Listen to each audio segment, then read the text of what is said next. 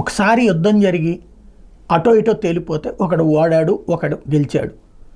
దాంతో గెలిచినోడు ఇంటికి వెళ్ళి ఏడుస్తాడు, ఓడినోడు అక్కడే ఏడుస్తాడు. ఎందుకంటే ఇద్దరు నష్టపోతారు కాబట్టి. కానీ యుద్ధం అనేటటువంటిదే ఒక నిరంతరం ఆగదు అన్నటువంటి ఒక దరిద్రమే పశ్చిమాసియాలో ఉండేటటువంటిది. ఎస్పెషల్లీ ఇజ్రాయెల్ లెబనాన్కి సంబంధించినటువంటి, ఇజ్రాయెల్ హమాస్కి సంబంధించిన, ఇజ్రాయెల్ హౌతీలకు సంబంధించి జరుగుతున్నటువంటి. ఇప్పుడు తాజాగా ఏకకాలంలో 2 వైపుల దాడులు చేసుకెళ్ళింది ఇజ్రాయెల్. అందులో గాజాలో ఉన్నటువంటి వాళ్ళ మీదన దాడులు చేసింది, ఇటు బీరూట్ లెబనాన్ హెడ్ క్వార్టర్ మీదన దాడులు చేసింది. అంటే పాలస్తీనాకు సంబంధించిన గాజా, లెబనాన్కి సంబంధించినటువంటి బీరూట్. ఈ మొత్తం ఘటనలో సుమారు 2000 మంది ప్రాణాలు కోల్పోయారు.